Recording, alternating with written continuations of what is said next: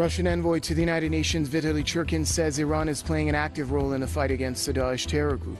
Churkin was commenting on the recent remarks made by U.S. President Donald Trump, who branded Iran as a state sponsor of terrorism.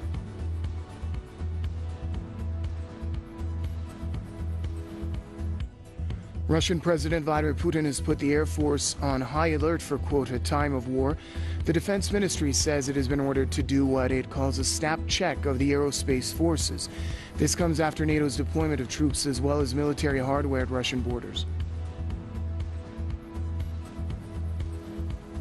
U.S. President Donald Trump and his Turkish counterpart Recep Tayyip Erdogan have agreed to work together regarding the Daesh-held Syrian cities of Al-Bab and Raqqa.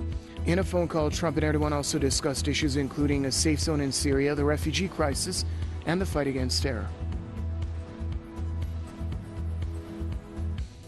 Students have walked out of their classes in New York to protest U.S. President Donald Trump's policies.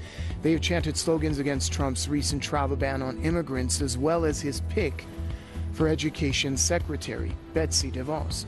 Protesters say DeVos has no experience in education. Two U.S.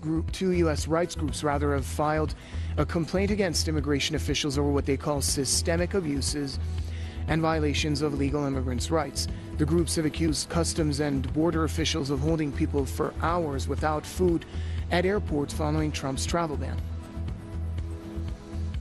French protesters have once again marched in Paris to condemn the sexual abuse of a black man in police custody.